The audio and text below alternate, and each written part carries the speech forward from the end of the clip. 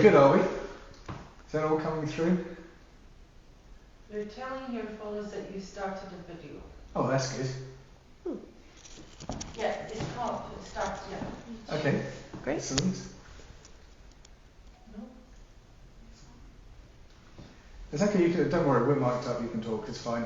Anybody who's watching will just see us preparing. Okay. It's not showing yet, but it could be because I'm...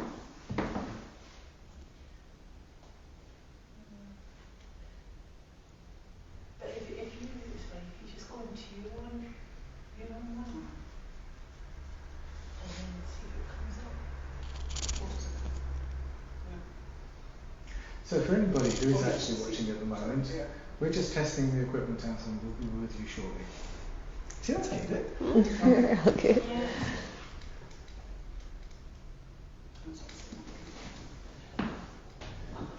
We good, Liz? I've turned my phone off, certainly. You just tried to, because it was on my one, it said it was live, so. Okay. I'm not just using, it's just using 4G rather than internet, but it's still, it's still everything else is working on. Yeah. The videos are working sometimes. This is why we do tests and things like that beforehand. I wasn't getting signal back here, so I don't know if that could be part of it. We should be fine because we've got Wi-Fi and the but just yeah. there, so it should be absolutely fine. This is the bit that always worries me. Not the technical piece, but my wife going into my phone. What's this? I think because we're connected to the internet. It's okay, we're on mic, so you're not. Yeah. Okay, cool. Oh, good. Right, excellent. So apparently we are live. So welcome anybody who's watching online. Welcome to our audience today, both of you. Only kidding. So thank you very much for being here, Joe. Leslie, thank you for organising everything as well. And thanks to you guys for turning up and showing up. And what we're going to do today is we're just going to have a short series of questions with both of you. First of all, I'll speak to you, Fanny. I'll introduce you both, and we'll have a conversation. And then Rachel, we'll have a short break before we move on to you. We'll have a conversation, then after that we'll see what questions there are from the audience and just talk generally. There's no real fast order for today. It's just going to be a free-flowing conversation, I hope. We have a bit of a structure, but not too much. Okay, let's get to it. Right, so I'm going to start with you, Fanny. Fanny Arnesen, thanks for being with us today. Really appreciate it. For anybody who's listening at home or in the audience here, Fanny is a Swedish painter currently based in Glasgow in Scotland. She graduated with a BA Hons in painting and printmaking from the Glasgow School of Art in 2020, and you've been exhibited in Scotland and internationally as well. You earned the Glenfiddich Artist in Residence Award at the RSA New Contemporaries exhibition in 2022. Myself and my gallery partner and also wife, Leslie, patrons of the RSA, and I was very fortunate to judge the New Contemporaries Award this year. It was a lot of fun, and I can tell you right now the calibre of the artists there, as I'm sure you can see from some of the pictures and sculptures around us, is absolutely astonishing. So congratulations on that, Fanny. Thank you. You explore and experience nature, that's part of your inspiration, and some of your recurring themes within that include loneliness, but also a sense of belonging, divinity, and capturing the intangible, all stuff that I really want to dig into a little bit later. But before I get on to that, what I'd like to do is just to hear from you a little bit more about your inspiration, your desire to make art. What makes you do what you do? Gosh. Well, I think I could start with this painting. Came from exploring and experiencing nature, like you said. I found this tree during my travels when I was in Iceland. And sorry, what was the question? what do I do? Why do I do what I do? Why do you do what you do? So, Big question. It's a very big question. You don't have to answer it exactly. What I'm more interested in is how you came to find art as your passion. Right. And how you developed as a painter before we get into the more esoteric pieces, I suppose. Just to say, for people who may be watching on Instagram Live, please do visit our webpage, www.Graystone, that's grey with an A, graystonegallery.com, and you'll be able to find Fanny's works up there, including the one that we're talking about right now, which you can't see because the camera's pointed towards us. But this one is called I Will Pull You Out of the Darkness. It's quite an interesting piece. Before we get onto that piece specifically, Fanny, back to your point, how did you get started in art? Yeah, thanks for clarifying that. I guess it's always been with me in one way or another. According to my mother, I was drawing and painting ever since I was 2, and I guess I just never really stopped. I know I had significant breaks growing up when I didn't do anything creative for like 1 or 2 years at a time, and then came back to it and just every time felt like I found this amazing thing and like, oh, this is everything. But I think it took me, more than anything, it took me a long time to realize that it was actually allowed to be an artist, to pursue that fully as a career, if you will. Not until after Glasgow School of Art, I was always searching for like, oh, I'm doing this now, but eventually probably going to have to, grow up and get a real job, whatever that means. But somewhere along the line, I think I realized that nothing will ever be better than having a studio and painting. That's my whole purpose. Yeah. Okay, thank you. Talk to me a little bit more about your background then, because I've actually met your mum. Oh, and she's lovely. And your mum's from Iceland. You mentioned Iceland there. Your mum's from Iceland originally. Yeah. Tell me a little bit about your family history, the Icelandic part, the Swedish part, and then actually finding yourself in Scotland, just kind of halfway between the two. Yeah.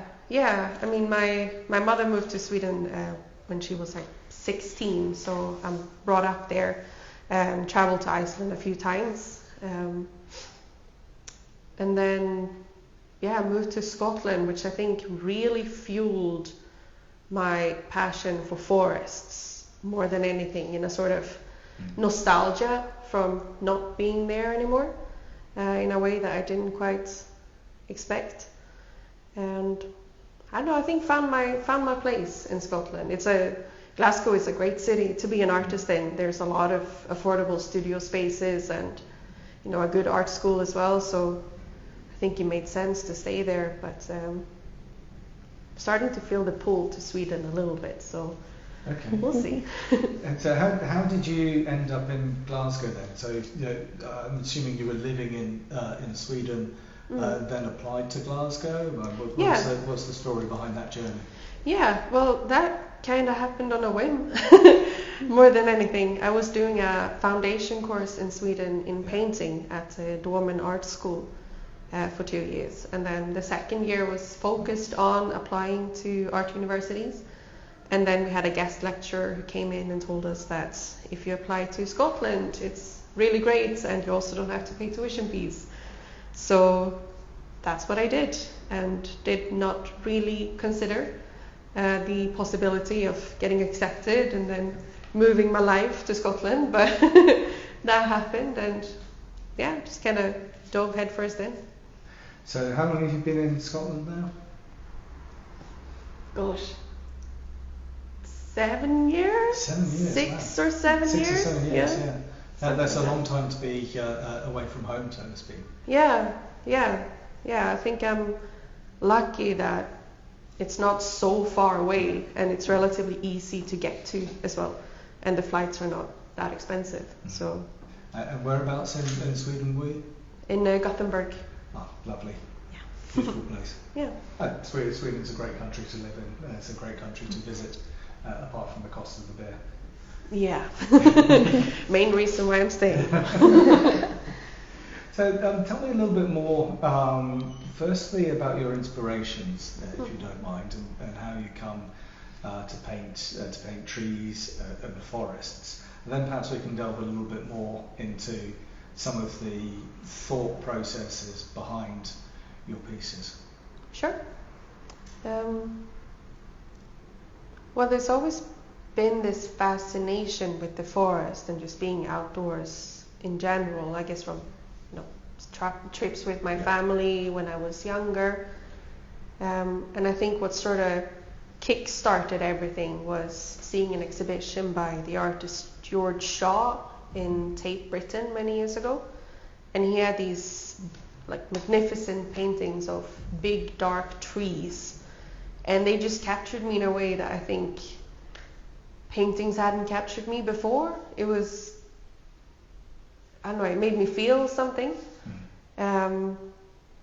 which made me realize that it was about the trees and about the forests all along, which sort of started this investigation into landscapes. So started by researching landscape artists from the 19th century in Sweden and Scandinavia.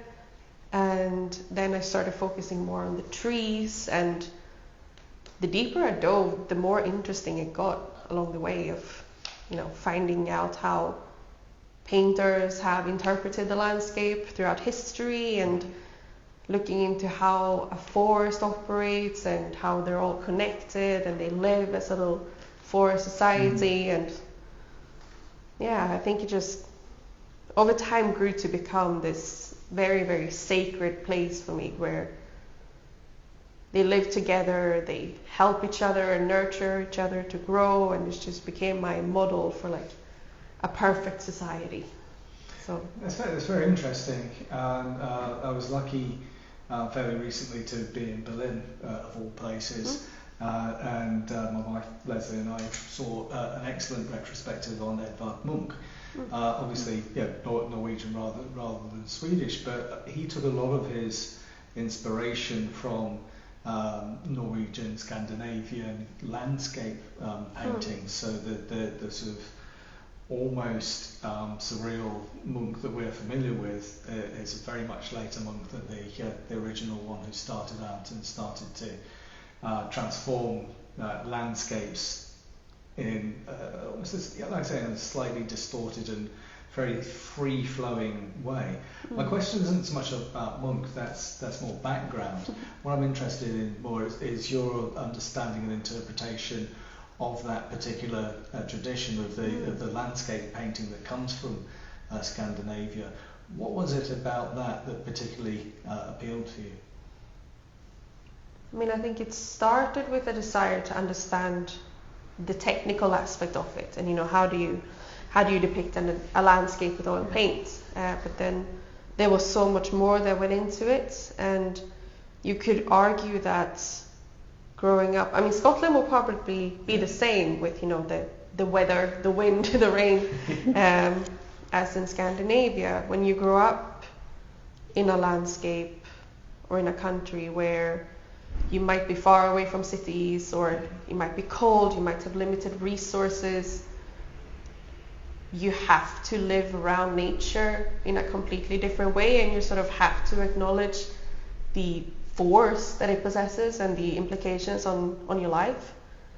And I think Sweden and Scotland and Scandinavia have that in common, that it's a rugged people that needed to live through some really harsh climates, which can lead to a view of the landscape as something beautiful, but also as something horrifying.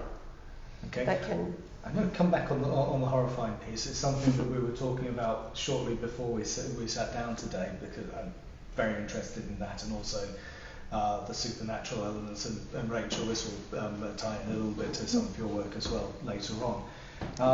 What I'd just like to take you back to was a piece at the start of your answer there, Fanny, which was around learning the techniques. What are the techniques for landscape painting that you've learned? You don't have to go into textbook detail. I'm just curious as to what you picked up on And I'm just going to one caveat on that, and that's that one of the key things that I in particular notice in your paintings is your acute sense of depth perspective. For me, it feels like you're one of those artists where sometimes the further away that you stand from your paintings, the more you can read into it, the more that you can see that you've created there. So it's a question about technique, if you don't mind. And Absolutely, yeah. Well, then I think it was a lot about composition and also what was chosen to be depicted in the landscape. And I think traditionally, looking back through history, it's always the landscape, but there's also people in it and how they relate to it. But it's mainly in the last 2 years or so that I've properly read into the techniques of everything, which also came from traveling to Italy earlier last year and getting to see some big masterpieces up close, a real treat. And it's layers upon layers, if I were to summarize it all. Glazing has been my new favorite thing in the world. And just starting out a painting with a thin wash of an earth pigment to try to get the composition sort of correctly, and then you build from there. And it's a massive headache, and it's also amazing. And yeah. So what we can see, and again apologies to anybody who's watching because you can't see what we can see because it's behind the camera almost, but one of Fanny's pieces we're looking at on the wall here, I will pull you out of the darkness. What technique do you use, Fanny, to bring almost what looks like a single tree to the foreground and to push the rest of the detail to the background? Well, for the sky in this one, or like the background, the whole purple bit, I think I wasn't quite sure what I wanted to put there for a long time. So I wound up just painting. Whenever I did more work on the foreground or on the tree, and the rest of it looked really unfinished, I needed to do something with it to bring it to the same level. So just kept on putting layers and layers, and I knew that I wanted it to be kind of purple. But then as I was working on it, and that's where the title came from as well, I will pull you out of the darkness, I was thinking of if I were to walk and get lost inside of my mind, and then this tree would be there, this is what the background would look like, because that's what I see when I close my eyes. And then also some stars, because stars are nice. That's excellent, thank you. Now I want to turn back to the point about almost about religion and mythology and folklore that we were all talking about earlier. And I just want to understand, when you say folklore, when you talk about mythology, what does that mean to you? What are the traditions that, in some senses, you're trying to hint at or trying to evoke from a Scandinavian perspective?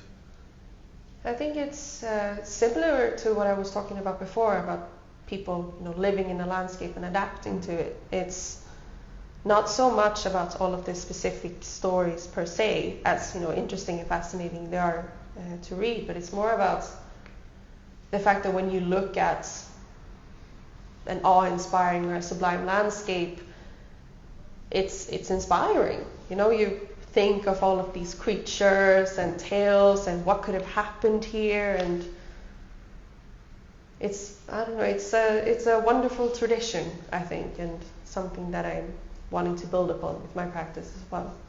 That's good. One of the things I wanted to ask you about was about the Glenfiddich Artist in Residence award that you achieved, and again, congratulations on that. Thank you. My understanding is that you get to live and work at the Glenfiddich distillery for 3 months. And they basically just say to you, your only criteria is be creative.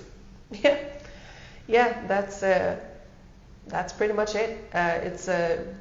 an incredible opportunity to get as an emerging artist, and also being out of education, and especially at the back of COVID, when I'd been just locked up in the flat as everyone were for so long, and then all of a sudden have a substantial budget, have space and time and landscapes all around me and other artists, and really just, as you say, be creative, do whatever you want.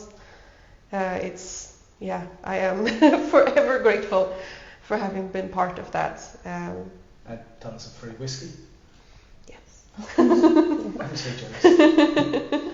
Yeah, I came back to Glasgow with a newfound appreciation for whiskey. Definitely. That's excellent. Fanny, before we move on, I'd just like to open up specific questions to you from the audience. So, Joe, Leslie, is there anything at this stage that you would like to ask Fanny based on what you've heard so far? And please speak up when you do so. How was your last term? Because obviously your works, as you've just described, are the landscape, but your last term you were stuck at, although we were all stuck at home at that time, but your last term was obviously early 2020. Yeah. Or the first 6 months of 2020. Okay, Yeah. so just before you answer that, I'm going to repeat the question because I've got a microphone on. We don't have any microphones over there. So the question from Joe in the audience was, how was your last term, particularly given the impact of COVID? Chaotic, I would say. I remember the week when the studios shut down, we'd all just found out where our spaces were going to be in the building for the degree show. So everyone was really excited and also quite nervous, or trying to swap places around with each other. And also, in the hectic rush of trying to finish the work. I always work up until the last minute, so I definitely felt the pressure. And then receiving this email that the studios are going to be shut, and we don't know for how long. And well, then they remained shut for a very long time, and wound up just getting the diploma sent through the mail, and the degree show got moved online.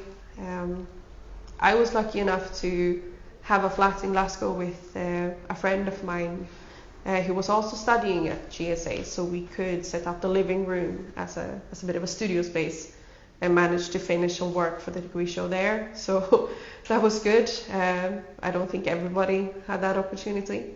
But yeah, it was a weird time. Yeah. Thank you. How do you see your vision of your paintings in the future with your trees? So let me just again repeat that for the microphone. How do you see your vision for the future and for the, development of your tree theme? Nice. I feel like I've spent a long time exploring the landscape specifically, like the setting, and also try to figure out how to technically achieve the paintings the way that I want them to look. And I feel like I'm getting closer to the goal in my mind. So now I want to experiment a bit more with working without reference images and structuring the pictures a bit more freely. It's very new. I have about 20 paintings up in here right now, so I just need to get them out first. But I think there's going to be a lot more mystical elements, a lot more lights, and birds will come into the mix. And of course the trees. The trees aren't going anywhere. That sounds really interesting. And just one final question for me before we'll take a short break. We've discussed in the past about the relationship between art and the artist, and art and the viewer, and the distinction between the two, and how theoretically at least art no longer belongs to the creator once it's left the studio. Effectively, the relationship then lies not between the artist and directly with the viewer, but between the artwork and the viewer, and the frames of reference that the viewer has.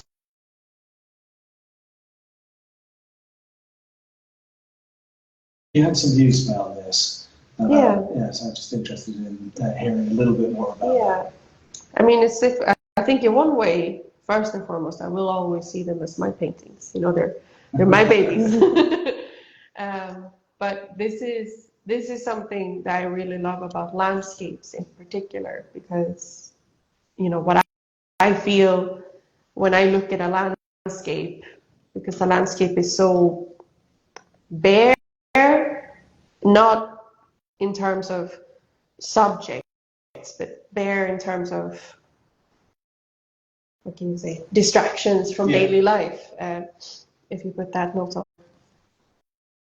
So whatever I feel when I look at a landscape is something that I project on it from within myself, and it was easier to do that with landscapes than with buildings, at least for me. Can't speak for everyone. So whatever somebody feels when they look at a painting of a landscape would in turn be a very personal experience, hopefully, which is, that's why I come back to them. And I do love that view as well, you know, having people tell me of their favorite trees or a childhood memory from being somewhere that looked similar to something I painted. It's a beautiful thing. I couldn't agree more. And back in my youth, which was a very long time ago, my family and I went sailing around the Swedish archipelago down the bottom there, and more than anything, well, two things I remember.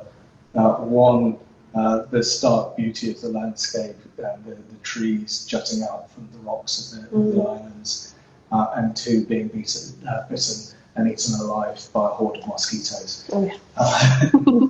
You'd be used to it with the midges, no? Oh, yeah. We get eaten here too. Fanny, thank you very much for that. Thank you. I think it's time for a short break now.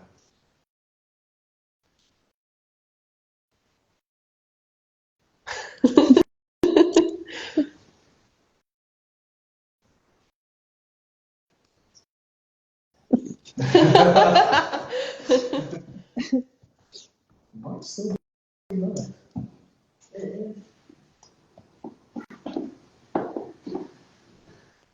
Just wait here for a second while the technicians figure out how to pause the Instagram.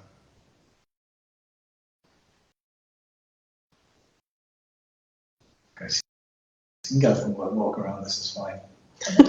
Especially for me.